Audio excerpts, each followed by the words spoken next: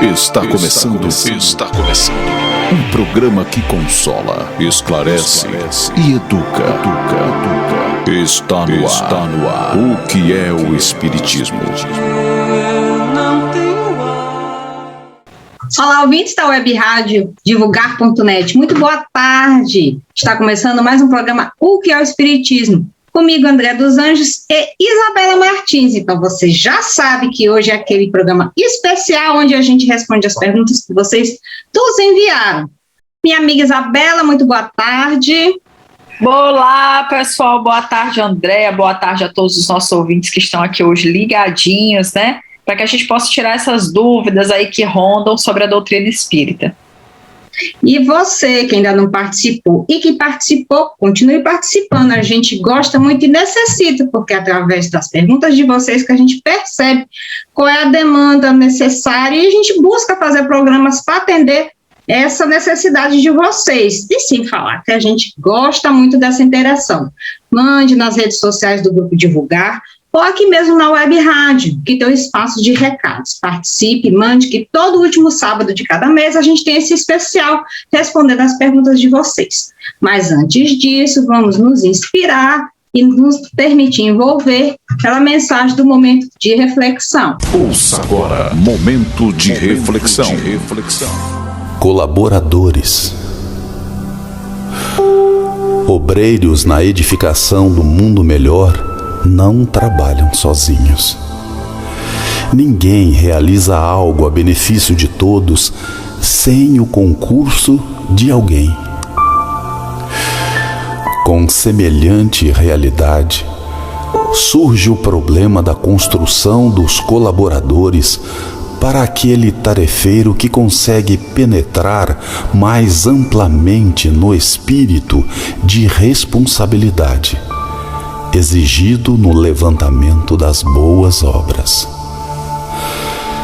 Se te encontras na condução de empreendimento ligado ao interesse geral, na orientação de uma equipe destinada a servir, no amparo a certos círculos de criaturas empenhadas no socorro ao próximo, ou na supervisão de uma família de companheiros que se dirigem para a integração no conhecimento superior, arma-te de paciência e compreensão, a fim de que não esmagues preciosos valores que te servirão amanhã de apoio e incentivo, continuidade e sobrevivência.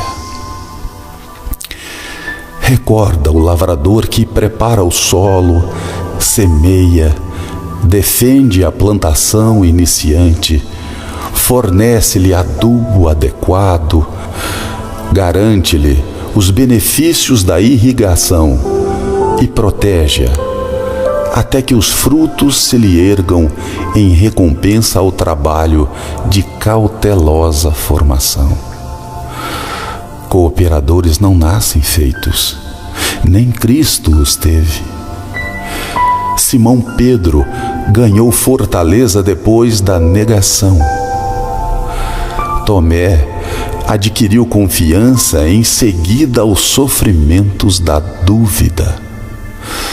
Judas compreendeu as lições do Evangelho a preço de lágrimas. Paulo de Tarso foi recrutado ao serviço da Boa Nova, num campo adverso, onde a crueldade pautava o cotidiano. Entretanto, Jesus a todos modelou com serenidade e amor, esculpindo em cada um a fidelidade até o sacrifício. Se pretendes a aquisição de companheiros que te estendam a tarefa e lhe assegurem estabilidade, ama e abençoa aqueles corações ainda verdes no entendimento que as circunstâncias da vida te confiam em nome do Senhor. Aprende a desculpar e auxiliar a instruir e amparar sempre, a fim de que os teus ideais e realizações de hoje venham a encontrar o necessário apoio no prosseguimento de amanhã. Após o momento de reflexão, voltamos para dar início à nossa roda especial de fim de mês. Tati, solta a vinheta. A partir desse momento, você acompanha a nossa roda de conversa. O Espiritismo em Debate. Pois bem, a nossa roda especial comigo e Isabela Martins é para responder as perguntas que vocês nos enviaram. Bora lá, Isabela? Vamos lá. O que vem hoje? Olá, meu nome é Isabel e eu gostaria de um esclarecimento. O Espiritismo nasceu na França e o Brasil hoje é considerado o coração do mundo, pátria do Evangelho. Como o Espiritismo expandiu tanto no Brasil? O que ocasionou isso? Ela lembrou do livro psicografado por Chico Humberto de Campos, ditado pelo maranhense Humberto de Campos. Detalhe, maranhense Humberto de Campos, Brasil, coração do mundo, pátria do Evangelho. Gosto muito dessa obra. Quer começar, Bela? Vou aproveitar que eu estou aqui pertinho da estante para mostrar, né, uma das capas dessa obra, Brasil, coração do mundo, pátria do Evangelho. Realmente essa pergunta aí que a Isabel mandou, ela está contida nessa obra, né, onde o Humberto de Campos vai nos esclarecer um pouco sobre isso. Mas o próprio surgimento da doutrina, ele já meio que ensaia isso também, né, porque assim, primeiramente, acho que a primeira coisa que a gente precisaria esclarecer é por que surgiu na França, né? Na verdade, a França, como a Europa ali como um todo, era o expoente na época, né, das ideias iluministas. Então, toda essa base científica, de credibilidade, das coisas que estavam ali nascendo, vinham desse berço europeu à época, né? Tanto que os primeiros fenômenos, eles surgiram, na verdade, nos Estados Unidos. Mas a doutrina veio a consolidar-se através de Kardec, que realmente investigou aqueles fenômenos de forma séria e mais profunda, já na França, né? Então você percebe que, apesar desse fenômeno ter se tornado muito mais visível, muito mais presente, inicialmente nos Estados Unidos, depois ele começou a ocorrer na França, onde foi estudado e aprofundado. E por que, né, a questão principal depois disso, da gente entender por que nasceu lá, é por que tendo nascido na França, hoje o Espiritismo, por exemplo, não é uma religião, ou uma doutrina, melhor dizendo, né, conhecida e difundida na França, que é onde nasceu, e sim no Brasil, e cada vez mais ela vem crescendo, e os últimos censos mostram para a gente isso, né? Os últimos censos do IBGE mostram que, dentre as religiões, porque aqui a gente tem muito esse entendimento, né, de doutrina espírita como religião, mas a gente não vai esclarecer isso nesse momento. Mas, dentro dessa leitura, o censo, quando vai fazer as entrevistas, tem mostrado um crescimento muito grande, né, de pessoas que se consideram espíritas, que se autodenominam espíritas. E por que isso aconteceu, né, justo no Brasil? Bom, aí a obra vai trazer para a gente esse entendimento de que foi necessário nascer lá, mas que o Brasil, que era uma terra ainda, né, intocada, onde as coisas ainda iriam surgir, essas ideias germinariam com muito mais facilidade. Então é como se nós tivéssemos transplantado, né, essa árvore do Evangelho ali trazido através das explicações da doutrina espírita, e aqui foram disseminadas e tiveram realmente um solo fértil, né? É como aquela passagem do semeador, que você entende que a partir do momento que você se torna um semeador, você não vai desperdiçar, né, suas sementes em solos inférteis. Então você busca locais onde você sabe que aquilo ali tende a ter uma propagação, vai ter um efeito maior. E apesar desse surgimento na Europa, quando ele foi trazido para o Brasil, ele teve realmente aqui um solo fértil, pessoas que realmente levaram e abraçaram essa doutrina de forma muito séria e deram prosseguimento, né? Prova disso é o Chico Xavier, que psicografou aí mais de 400 livros, o Divaldo Franco, que psicografou mais de 200 obras, né? E tantos outros exemplos, todos no Brasil, né? Fora do Brasil a gente tem muito pouco, né, Andréia? Sim. desse expoente espírita. Inclusive nos Estados Unidos a mediunidade é até assim, é mais vista como uma profissão mesmo, usá-la como um meio de vida, tem vários programas que mostram isso e tal, então eles não têm essa visão como a gente tem da mediunidade com Jesus. Só complementando o que você bem falou, nós aqui somos mais receptivos, né, à mensagem do Cristo, essa ideia, porque o real propósito da doutrina espírita é a reforma do indivíduo, né, principalmente moralmente, porque o que a gente leva são as virtudes, os vícios e as virtudes, isso que é a nossa verdadeira bagagem que a gente leva para a parte espiritual. Então, o real intuito é o melhoramento do indivíduo pela moral do Cristo, pelos ensinamentos do Cristo. E aqui, nós, como temos essa maior receptividade, o espiritismo se consolidou. Lá na Europa foi necessário, porque precisava dessa base forte científica, né? E era lá. Aqui a gente até hoje não tem o hábito do estudo, da pesquisa, da ciência forte. Lá já era, naquela época, todas essas ideias, positivismo, iluminismo, tudo lá, e lá imperava nessa época também muito materialismo. Então, essas ideias de religiosidade, de mensagem do Cristo e tal, não era rechaçada lá. Então, por isso que lá a coisa esfriou, não deu seguimento, e aqui teve essa acolhida, e realmente, a partir do momento que a gente começa a estudar o Evangelho do Cristo, a ver a consolação, o entendimento nesse sentido, aí realmente ele vai muito difícil a gente não ser tocado pelos ensinamentos, as explicações que os Espíritos nos traz ali no Evangelho. Né? Agora é aquela coisa, né? Infelizmente, como o Brasil, né, ainda estava ali engatinhando, digamos assim, imagina se essa doutrina tivesse surgido aqui. Não teria credibilidade nenhuma, né? As pessoas teriam dificuldade de aceitar, porque eu acho que, apesar de, obviamente, nem todo mundo crer nos ensinamentos da doutrina espírita, e ninguém é obrigado a isso, mas eu acho que existe um respaldo por trás, né? Quando você fala, olha, um francês foi o codificador, ele era um pesquisador, um estudioso, um homem das letras, que já havia lançado vários livros, era professor, um homem respeitado e etc e tal. Isso confere um peso à doutrina e tira ela um pouco dessa visão mística, né? Do misticismo, de que, isso aí sabe... Esse descrédito, eu acho que ele não veio pelo fato justamente de ter nascido onde nasceu, né? Então, tudo tem um porquê. Tem muitos cientistas que, para desacreditar a doutrina, para provar que ela é falsa e tal, começaram a estudar para poder provar, que é o que o Kardec fala no livro que é o Espiritismo, para estudar de fato, para poder aí sim falar, e não conseguiram.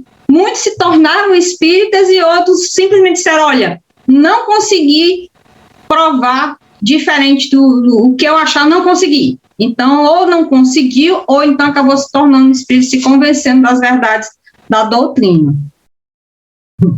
Conseguimos, Bela? Tá bom para ti? Vamos para a próxima? Essa está respondida. Então, vamos para outra.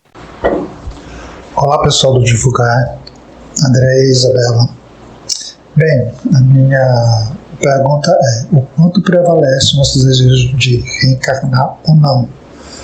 O que acontece? Quais são os critérios para isso? Então, ele está assim com relação a reencarnar. Como é que é essa questão? É o que a gente chama de planejamento reencarnatório. A gente até tem um programa muito bom que eu fiz com a Rosalba Padre, falando do planejamento reencarnatório. E até certo ponto é respeitado as nossas escolhas. Por que eu estou dizendo isso? Aquele que não tem entendimento, um espírito ainda bastante, vamos dizer assim, primitivo na sua escalada de evolução, ele não tem consciência de escolha, então, às vezes, lhe é imposta, sim, reencarnar. O planejamento é feito pelas equipes de benfeitores responsável por isso, o planejamento para ele, do que ele tem que provar, espiar, enfim, para poder ele progredir, é feito para ele e é imposta a encarnação, espíritos muito embrutecidos, que não querem aceitar o melhoramento, quer ficar ali preso, também lhes são imposta a reencarnação, porque a evolução, o progresso é necessário, né? Então, mas aquele que já consegue, já está evoluindo, que já está progredindo, que quando ele está lá passa pela perturbação, quando ele retorna, e ele reflete sobre a sua vida como um todo, porque recobre, né, o esquecimento é só enquanto está aqui na carne, quando ele volta, ele recobre da sua vida, então ele vê que é necessário ele fazer, ele realmente buscar seu melhoramento, então ele junta, ou às vezes só, porque aí também depende do seu nível já de amadurecimento espiritual, ou então juntamente com essas equipes ele faz o seu planejamento e reencarnar, porque a reencarnação é necessária. A gente não tem como só evoluir entendendo lá, é como se lá fosse a escola, apesar de ser a verdadeira pátria de todos nós, mas lá é a escola e a gente prova que aprendeu aqui, um véu do esquecimento, junto com aqueles que a gente de alguma forma magoou, ou então junto daqueles que a gente ama, vamos se ajudando para poder crescer e progredir. Então, a reencarnação é necessária, a gente precisa passar por diversas experiências para poder realmente progredir. Eu só posso saber das dores de ser mãe sendo mãe. Só achar não vai.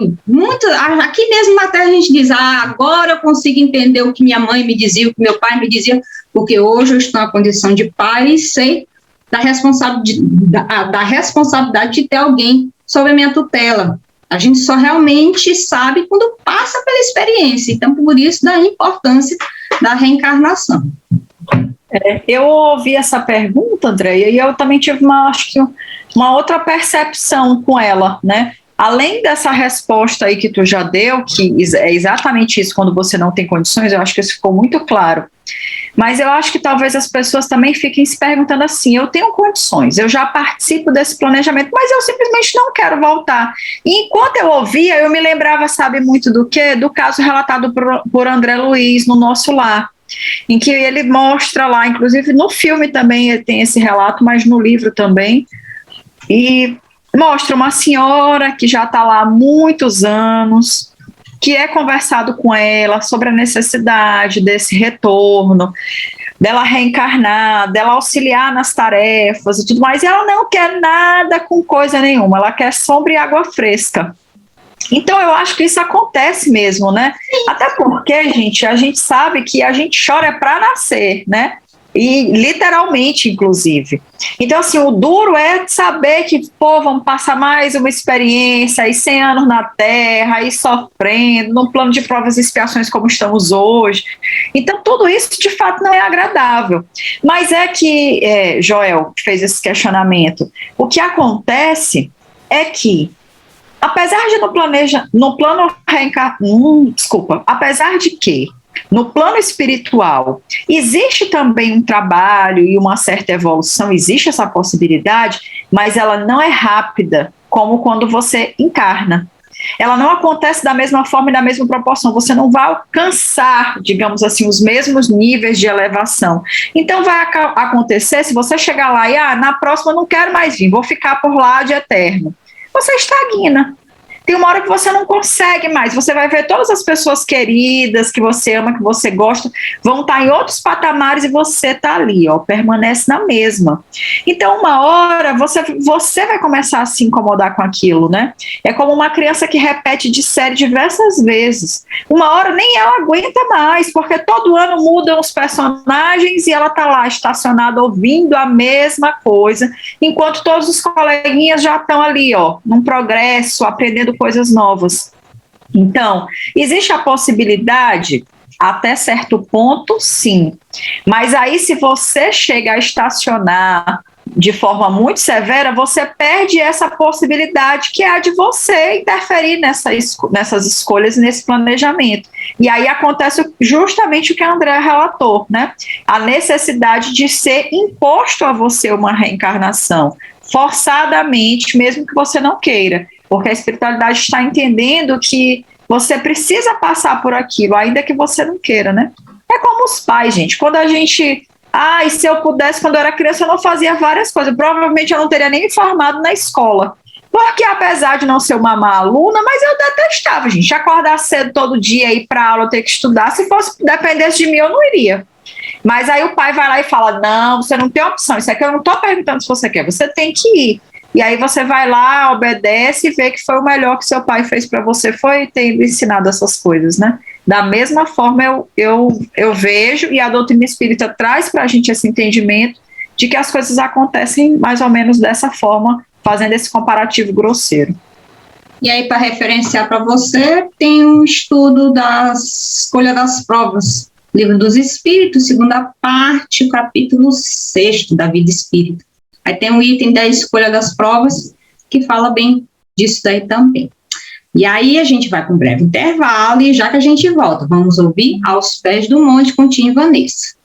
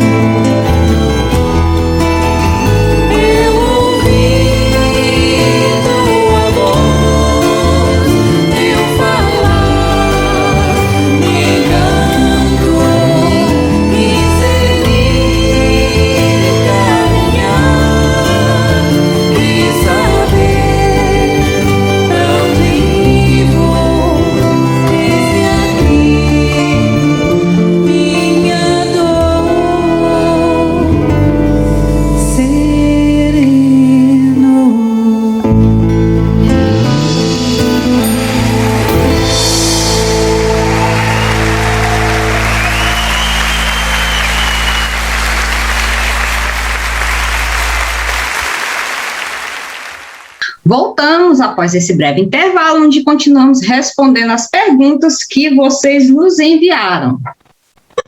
Oi, Isabela, me chamo Carla e eu queria saber quem são os pobres de espírito que é citado no Evangelho, no Espiritismo. Obrigada. O áudio está bem baixinho da ouvinte, é a Carla. Ela quer saber quem são os pobres, quem é de fato os pobres de espíritos que é falado no Evangelho segundo o Espiritismo. Capítulo... Peraí, minha gente. Capítulo 7, Bem-aventurados pobres de espírito. Logo no começo, o que é preciso entender como pobres de espírito.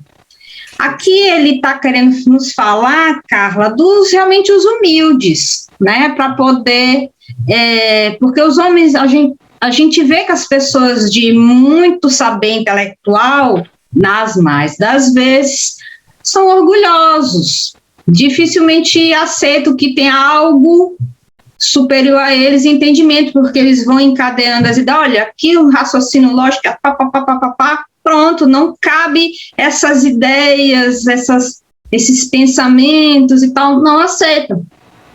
Então, aqui, a analogia que o Cristo nos faz é justamente dos humildes, porque eles, por não saber, eles estão mais receptivos, estão sedentos do saber, e aí se curvam sempre. Pode ver, nos primórdios da humanidade, as civilizações primitivas não sabiam o que era, mas sabiam que tinha um ser superior.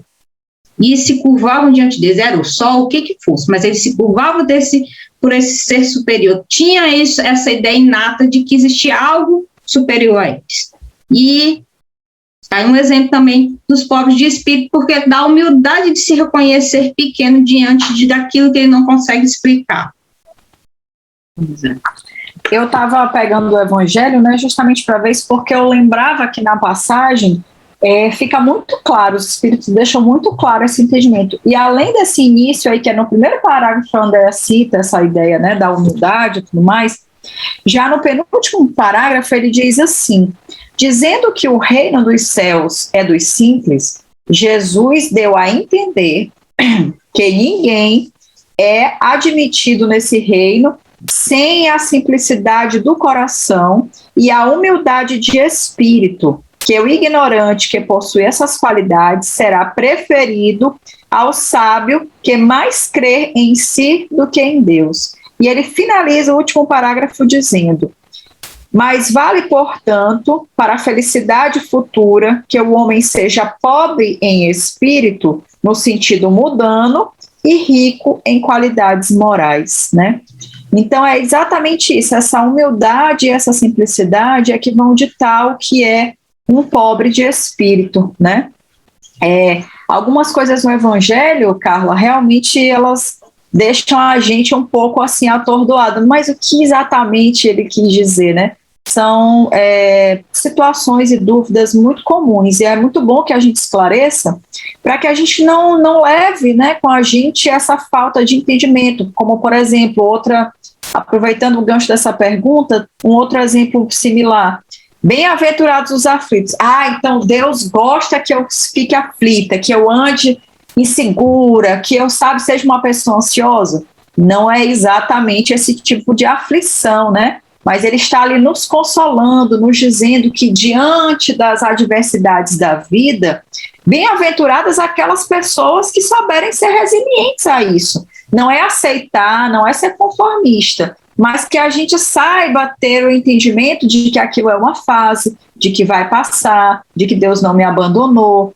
Então, quando ele utiliza muitas das vezes essas expressões, elas causam uma certa confusão, porque quando a gente traz para os dias de hoje, o entendimento das mesmas palavras são diferentes, mas aquela época, para o povo da época, ficava claro, né, nas falas e no comportamento de Jesus, quem seriam os pobres de espírito, quem seriam os aflitos, né, e assim por diante.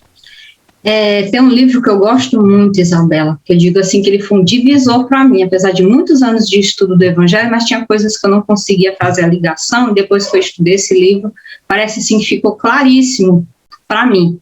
É o Código do Monte, do doutor Luiz Sérgio Lopes, lá do Rio Grande do Sul. Ele faz um estudo das bem-aventuranças porque é da ordem que Jesus falou, né? E a primeira é justamente bem-aventurados os pobres de espírito, porque a virtude que a ela está ligada é a humildade, porque aquele que se reconhece como humilde consegue, é a base de tudo para vir as outras virtudes, né? E outra analogia que ele faz que eu acho muito interessante é que a humildade é que nos faz reconhecer tanto das nossas dificuldades como das nossas potencialidades. Por exemplo, aí ele cita esse exemplo. Jesus disse: eu sou o caminho, a verdade e a vida. Quem escuta essa frase vai dizer: ô criatura orgulhosa, aí foi longe a humildade, né? Não, por quê? Ele sabe que ele de fato é isso. Então, quando a gente passa a estudar a humildade e buscar ela no nosso caminho, aquela conversa interior que a gente tem que olhar assim para o espelho e dizer: tá, quem sou eu? Eu tenho isso, isso, isso para me melhorar, mas eu também já tenho isso e isso aqui para me ajudar, para me fortalecer a seguir o meu caminho. Ela é que te nivela, que te mostra o que você precisa melhorar e o que você tem de potencial e fortalecer isso. Eu achei interessantíssima essa analogia dele, que aí a gente vai, assim, ligou muito o evangelho para mim depois que eu estudei essa obra dele, que eu sempre recomendo para as pessoas. Eu já li essa obra, realmente é muito boa. Vamos a mais uma. Boa tarde, meu nome é Eudina e a minha pergunta é: a morte nos livra dos nossos inimigos no plano espiritual? Sim. Que legal essa pergunta. É simples e direta, hein? É. Se a gente se livra dos inimigos, né, no plano espiritual. Quer começar, Bela?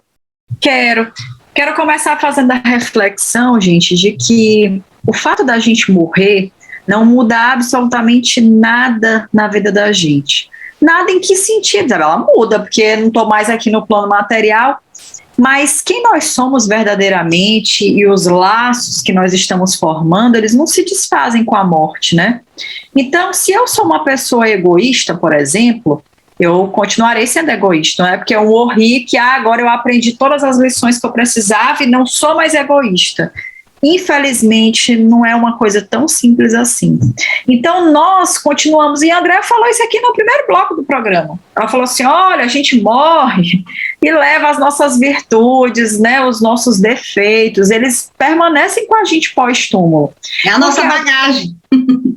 Às vezes, Andréia, até que eu acho que isso já tem mudado um pouco, não sei se é porque eu convivo hoje já com muitos espíritas, mas assim, a sensação que eu tinha quando eu não era espírita é que alguém morreu, foi iluminado, fulano agora é um anjo. Era a ideia que eu fazia, né? Porque morreu, se arrependeu dos seus pecados, ali no último minuto foi perdoado de tudo e tá bem. E quando a gente vai estudando a doutrina espírita, a gente vai vendo que não é bem assim, que você permanece sendo a mesma pessoa. Então, se isso vale para os sentimentos, para aquilo que eu levo, por que não valeria também para as inimizades e amizades que eu faço, né? Então, eu chego no plano espiritual, eu tenho uma boa relação com a Andréia aqui. Isso aqui não é só pelo programa, não. Essa amizade realmente aqui existe. Então, com certeza, é uma relação que eu vou levar para a pós-vida, né? Para essa pós-encarnação. Não é pós-vida, mas a pós-encarnação. E nós permaneceremos amigas, provavelmente já fomos em outras encarnações e voltaremos em encarnações futuras, né? E da mesma forma dos meus inimigos.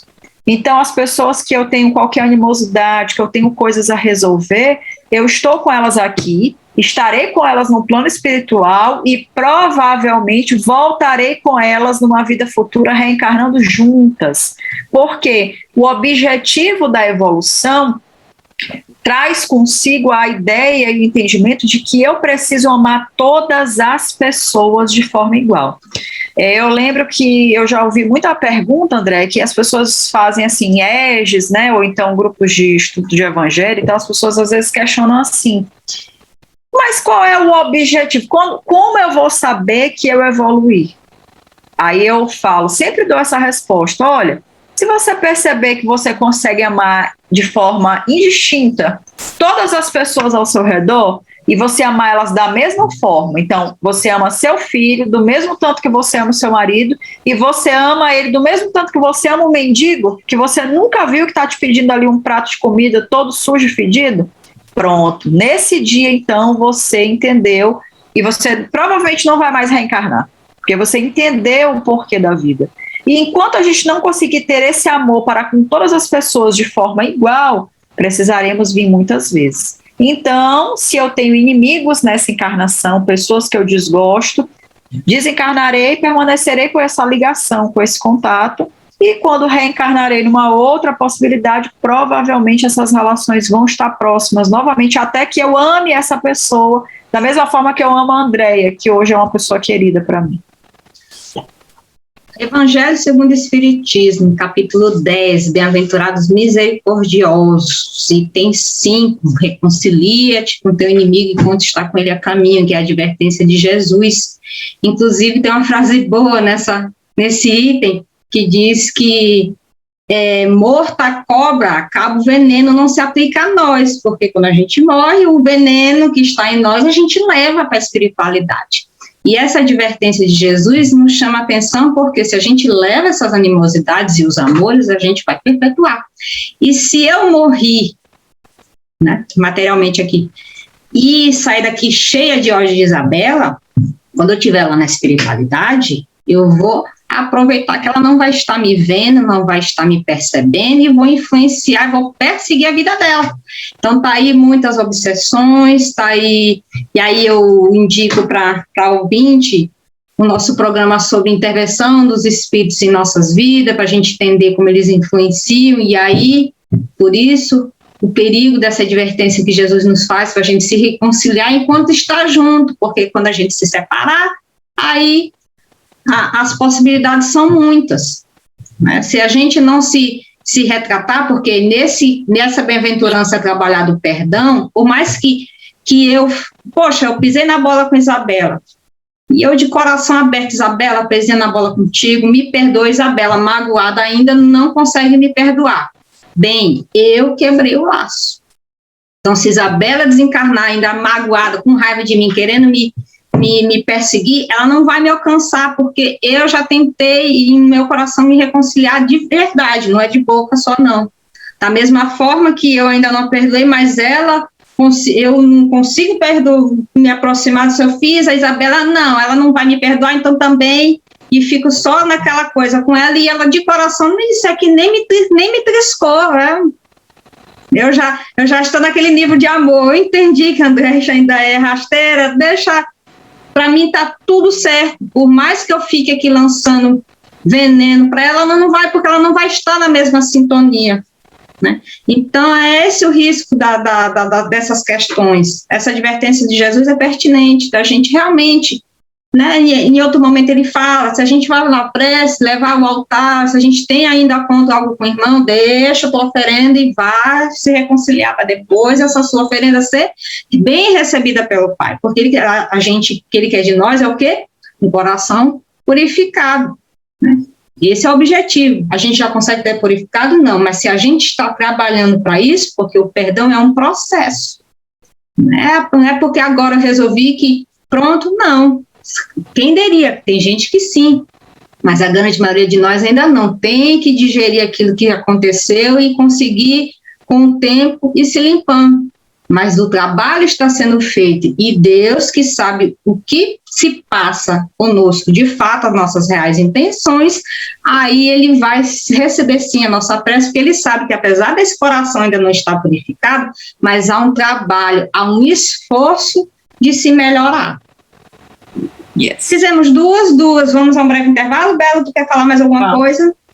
Não, acho então que vamos ao breve intervalo, já que a gente volta para continuar respondendo as perguntas de vocês. Vamos ouvir Arte do Bem com a banda Razão Áurea.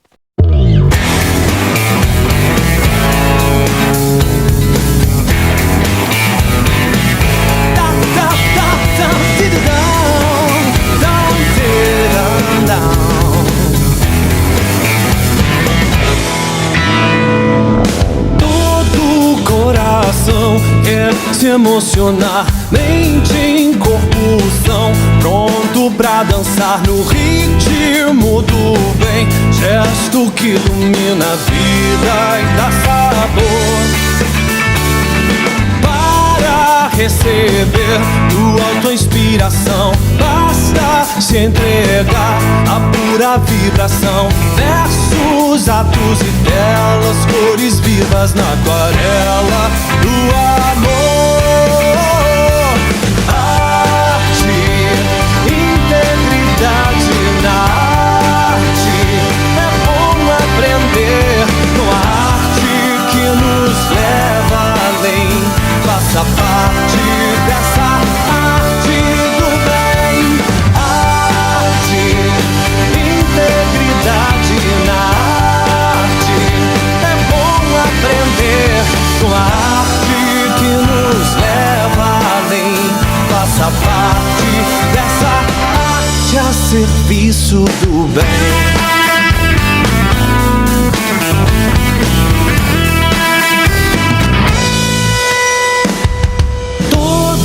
Coração quer se emocionar, mente em corpo são, pronto pra dançar no ritmo do bem, gesto que ilumina a vida e dá sabor.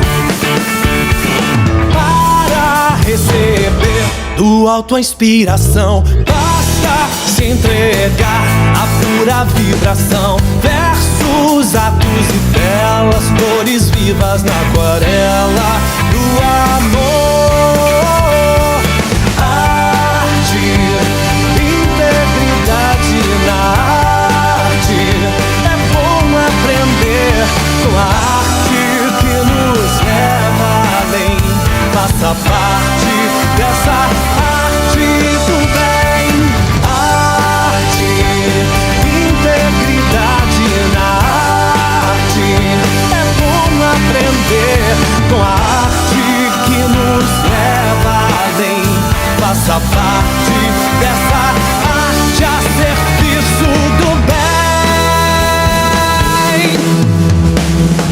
Arte, integridade na arte.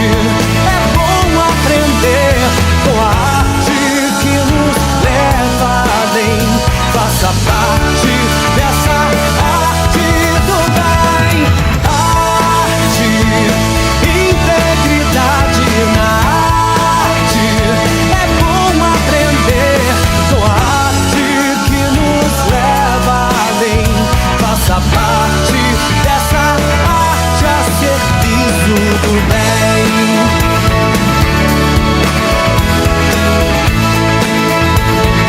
Arte a serviço do bem.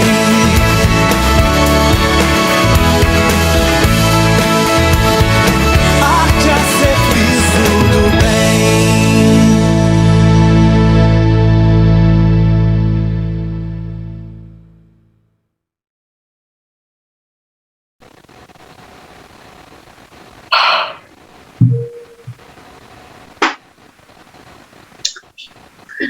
Estamos de volta após esse breve intervalo para a gente continuar respondendo as perguntas que recebemos de vocês. Então, aqui não participou, participe, que a gente gosta muito. Vamos lá, Bela. Meu nome é Flávia. Eu queria saber quais são os pilares da doutrina espírita. Isabela, tu quer começar? Vamos lá. Bom, eu entendo essa questão da Flávia, né? Acho que é ouvinte, acho que é esse o nome dela. Como quais são os pilares ali, né? Dentro da doutrina espírita, a gente tem 5 princípios, né? Que norteiam todo o conhecimento da doutrina. Que é o quê? Primeiramente, a crença em Deus, né? Então, o espírita é alguém que acredita em Deus. Depois, é alguém que tem a crença na imortalidade da alma. Então, eu acredito em Deus, eu acredito na imortalidade da alma, que eu morro neste plano, mas eu, enquanto espírito, permaneço, né, por muitas e muitas encarnações e somos imortais. Depois, o espírito ele também tem a crença num pilar da comunicabilidade, né, com os espíritos, nesse intercâmbio entre o mundo dos vivos e dos mortos, né. Nós acreditamos nessa possibilidade, vemos, né, constantemente isso acontecer nas casas espíritas e através das obras psicografadas ou vídeos, né? São muitas as formas. A gente também acredita na pluralidade das existências e na pluralidade dos mundos habitados. Ou seja, nós entendemos que vamos vir muitas e muitas vezes, porque somos imortais, e acreditamos também na pluralidade dos mundos habitados, né? Entendemos que não é só na Terra que existe a possibilidade de vida, né? Mas muitos outros planetas aí abrigam outras formas de vida e nos auxiliam na nossa jornada rumo à evolução, né? Eu entendo que esse questionamento traz essa dúvida sobre os 5 princípios básicos da doutrina espírita. Então, crença em Deus, né? Crença na imortalidade da alma, crença na comunicabilidade com os espíritos, pluralidade das existências e pluralidade dos mundos habitados. Então, eu achei que fosse outra coisa.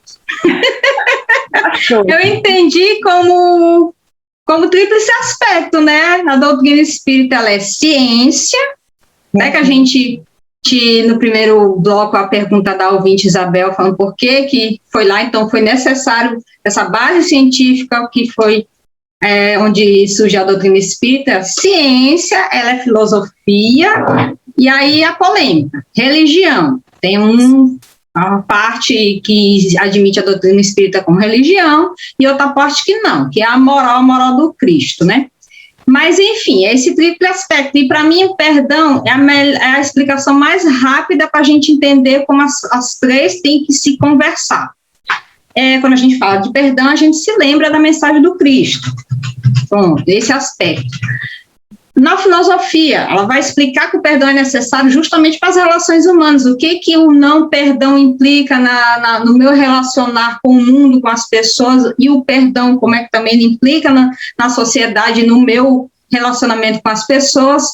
E a ciência hoje prova que os sentimentos influenciam em muito da nossa saúde. Então, o fato de eu não perdoar, eu vou criando aquele baú de mágoas e aí gera doenças. Inclusive, dizem que até o câncer é fruto de mágoa ali guardada que acaba explodindo no corpo. As doenças vão explodindo no corpo de acordo com os nossos sentimentos. Então, para mim, assim, o perdão explica muito bem esse tríplice aspecto da doutrina, porque uma coisa não pode ser dita se não for confirmada pelas outras duas. Eu não posso dizer algo, isso aqui é da doutrina, mas se não for confirmada das outras, não faz parte da doutrina espírita, porque ela tem essa base firme nesse tríplice pé que é essas três vertentes.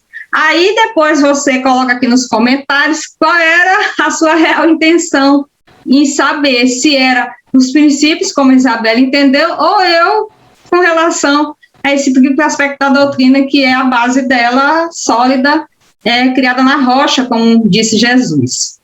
Vamos lá. Bem completa, né? Não deu margem. Eu entendi assim, tu entendeu? Ótimo, porque aí a gente falou duas coisas. Vamos a mais uma. Olá, meu nome é Tânia, moro no Araçagi e tenho uma pergunta para vocês, meninas. Minha pergunta é: o planejamento reencarnatório define o compromisso conjugal, mas quando o sentimento termina de uma das partes e a pessoa assume outro relacionamento por amor, qual a visão espírita nesta situação? Muito boa bom essa pergunta dela. Dá uma palestra, né? Mas vamos tentar resumir aqui. Ou também vou aproveitar esse gancho, a Andréa trouxe muito bem vários programas que a gente já falou sobre quase todas essas temáticas, né? E a gente tem um programete também sobre divórcio, né? Que trata um pouquinho aí sobre essa questão aí que a nossa ouvinte trouxe para a gente. E começando a resposta, a doutrina espírita, ela esclarece para a gente que se você... Claro que a ideia é que nós tivéssemos um parceiro, né, uma parceira, e permanecêssemos naquela união ali, né, de forma feliz, de forma sólida, e aprendêssemos, até porque, gente, mesmo no planejamento reencarnatório, que é outra temática que já abordamos aqui, E muitas vezes ele também já inclui esse planejamento da pessoa que vai nos acompanhar ali naquela vida, né? Isso também, muitas das vezes, já cabe nesse planejamento. Olha, você vai encontrar fulano e vocês vão resgatar isso e aquilo e tudo mais. Mas a gente muda, né? Porque o livre-arbítrio está aí, existe, e nós podemos cumprir esse planejamento ou não. E aí, o que a ouvinte, eu entendo que ela pergunte, olha, não estou mais feliz com essa pessoa, o que a doutrina fala se eu me separar, casar com outro e tal? Bom, a doutrina espírita coloca que, se vocês já não vivem bem, se vocês já vivem como se separados fossem, não há porquê, né, permanecerem ligados só por uma questão moral do que as pessoas vão falar, ou porque eu não posso me separar, porque aquilo que Deus uniu ninguém mais separa, né? Isso não faz sentido, porque na doutrina espírita tem uma coisa que eu gosto muito, que é essa ideia de levada muito a sério sobre as intenções por trás daquilo. A gente já falou isso aqui, já exemplificou sobre diversas formas, não sei se a André vai lembrar. Quando nós falamos sobre tatuagem, a gente falou sobre essa coisa da intenção. Quando a gente fala sobre traição, às vezes as pessoas pensam, da traição só quando ela se concretiza, mas as intenções, né, aquilo que está no seu coração, na sua mente, também conta, gente, da mesma forma. Então, às vezes, por exemplo, eu posso nunca ter tido coragem de concretizar, matar alguém, mas eu vivo pensando sobre, eu desejo que determinada pessoa morra. Para Deus não existe uma distinção tão grande. Claro, existe a diferença de você não concretizou aquilo, mas se você fica alimentando esse tipo de desejos ruins, negativos, isso com certeza vai trazer consequências para a minha vida, ainda que eu nunca venha a praticar isso. Então, trazendo esse entendimento para essa situação colocada, a doutrina espírita esclarece isso. Se eu já vivo como se separado fosse, se eu não alimento mais nenhum bom sentimento por aquela pessoa, se eu não estou nutrindo, se nós não estamos nos alimentando de amor naquela relação, então melhor que se separe do que a gente brigue, que a gente vá aos tapas, que a gente traia um ao outro e tal. Então, sendo assim, melhor separar do que permanecer. E buscar ser feliz nessa nova união que você está formando. Não existe nada dentro da doutrina que coloca uma objeção dentro disso, se esse é o desejo interno, né, ali de ambos. É verdade, é uma grande verdade que a Isabela está dizendo, porque assim, essa ideia de alma gêmea, fomos criados eternamente e tal, a gente até já fez um programa sobre isso que não existe, é uma ideia criada lá na época de Platão, e porque nós fomos criados individualmente, e permanecemos individualmente, nós somos individualidades, não somos partes de um todo, nós somos individualidades. E essa convivência junto é visando o progresso.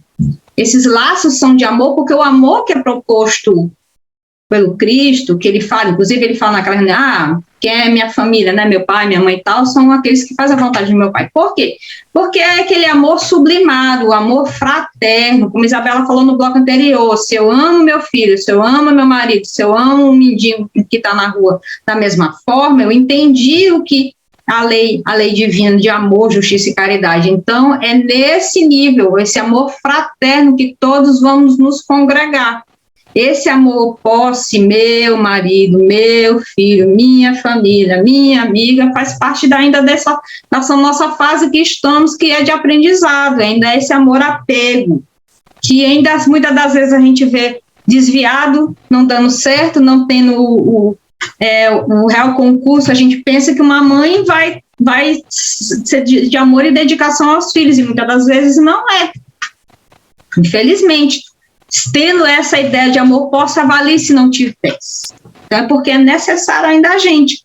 Então, se eu vim nessa encarnação, numa programação de conviver com alguém, mas aqui, por isso que é outra coisa excelente, né, Isabel? Não existe determinismo, senão não teria por que livre-arbítrio, não teria por que a gente seria só marionetezinha cumprindo aquilo ali que está no script e acabou. Não. A gente tem um planejamento, isso não quer dizer que isso vai de fato acontecer, e eu, com o meu livre-arbítrio, eu posso mudar.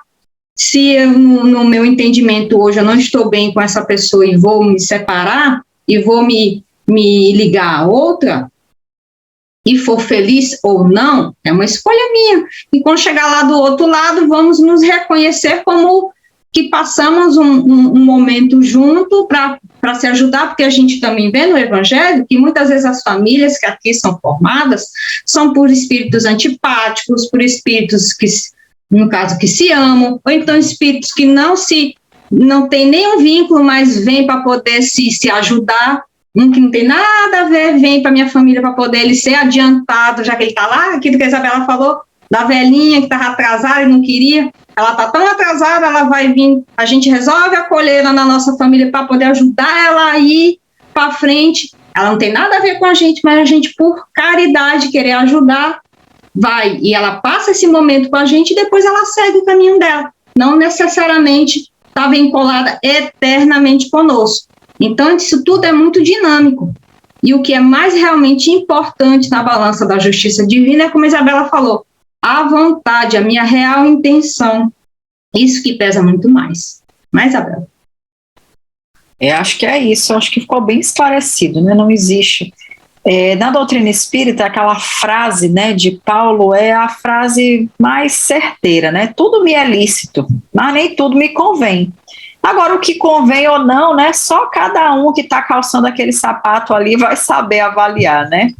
Até que ponto vale a pena manter isso e tudo mais. Mas se aquilo for causa de sofrimento, às vezes as pessoas, André, é uma coisa que eu percebo muito, e eu ouço, inclusive, bastante as pessoas dizerem assim: eu me separar de fulano, não vou separar não, menina, porque na próxima encarnação eu quero me livrar desse traste, então, vou me separar agora. A doutrina espírita me explicou que eu tenho que resgatar as relações, vou ficar com esse traste aí até o fim da vida para na próxima não vir junto. Volta da outra! Que ilusão, vão voltar juntos. Porque não entendeu. Não entendeu. Então, assim, não adianta, gente. Se eu não estou feliz, se não está me fazendo bem, se não me alegra, se não me traz paz no coração, não é um resgate. Aquilo ali está sendo sabe, eu estou cumprindo metas, estou batendo tabela, mas eu não estou verdadeiramente exercitando o que a evolução pede, que é amor ao próximo. Então não adianta, é melhor separar, arrumar outro mesmo, do que você permanecer naquela relação com esse tipo de pensamento, porque isso não está fazendo você resgatar nada com aquela pessoa, pelo contrário. Sabe, Isabela, aproveitando o gancho aqui, vamos dar um plus, né, vamos conversar aqui. Lendo diversas obras espíritas, no caso aí muitos romances, a gente vê que é justamente a maior dificuldade de todos nós é nesse campo, no campo amoroso, no campo de relacionamento. Então aí fica a sugestão da gente realmente refletir, né, quando a gente for querer entrar no coração de alguém, querer entrar na vida de alguém, eu realmente quero. Porque como a gente viu, né, a pergunta da ouvinte, quando a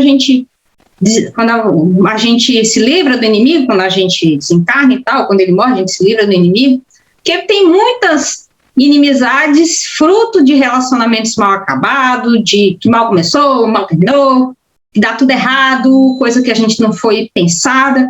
Então, é importante a gente refletir. A gente veio com essa capacidade justamente para utilizar. A gente não... Essa história de a carne é fraca ou de e tal, são desculpas que a gente se dá. Realmente a gente tem que refletir, porque é um dos maiores comprometimentos que a gente leva por diversas encarnações, é justamente isso, né? E está aí as obsessões, está aí os casos mais mal resolvidos, aqui, né? Aqui mesmo a gente vê quantas brigas de família, quanto alienação parental, quanta coisa a gente vê, e lá continua, né, Isabel? Exato, não muda, como já falamos, né? Vamos então a mais um breve intervalo, e já que a gente volta, vamos ouvir a Lei com a banda Simplesmente Almas.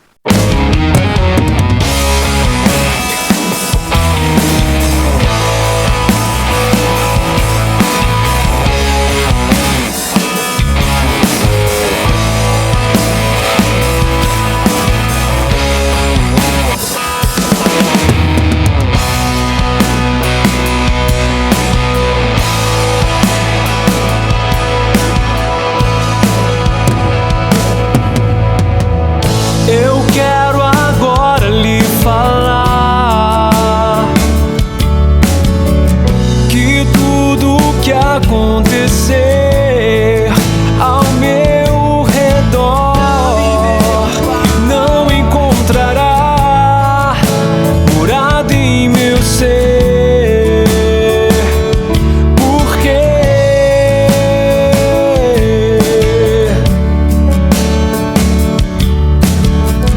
eu sigo meu destino, que é do Criador de tudo isso. Mesmo que tudo venha contra o meu objetivo,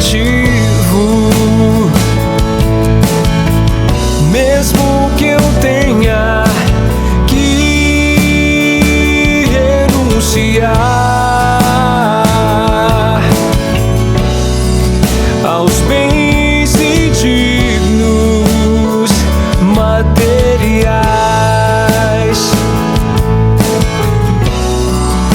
prefiro te seguir, Senhor. Prefiro lutar pelo que acredito.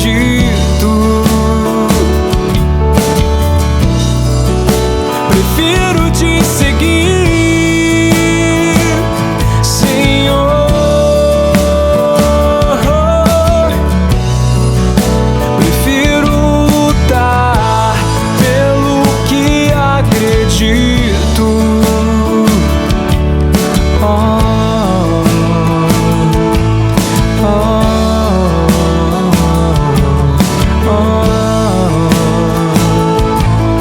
oh, pois a vida é eterna, a vida é eterna, e tudo que fizerem terão que responder. É a lei, é a lei, a lei divina, a lei divina, a lei que vem de Deus, pronunciada por Jesus.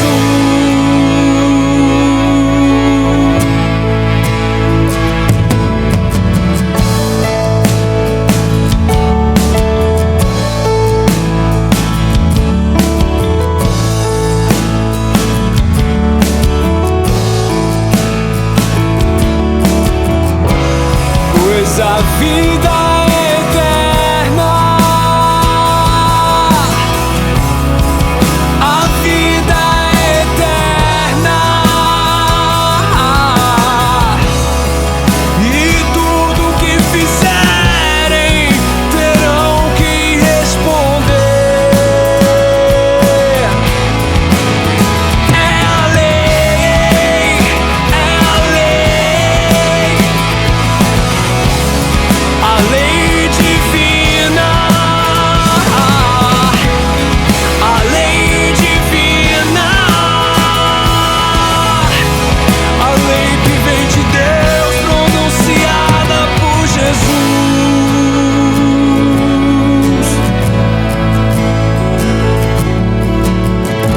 Eu quero agora lhe falar.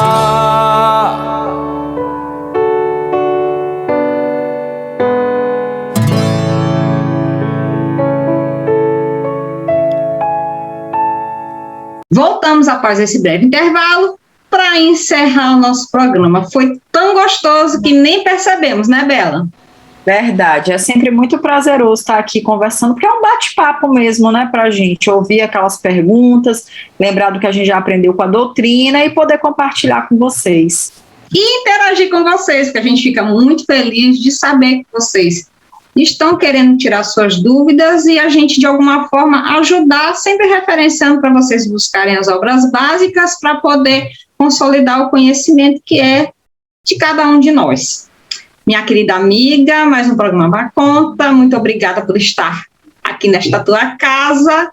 E vamos assistir Isabela toda quarta-feira às 20 horas, com o programa O Que Diz Espiritismo.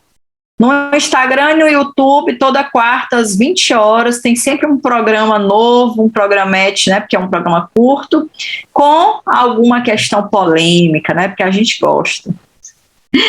E esse programa, para você que está nos ouvindo na web rádio, vai já estar disponibilizado na nossa página no YouTube, assim como todos os outros. Se inscreve, aciona o sininho, que toda vez que tiver vídeo novo, você vai ser informado e poder, além de nos ouvir, nos assistir e poder ver todos os programas de estudo para poder te ajudar no conhecimento da doutrina, que tanto nos liberta, que tanto nos consola.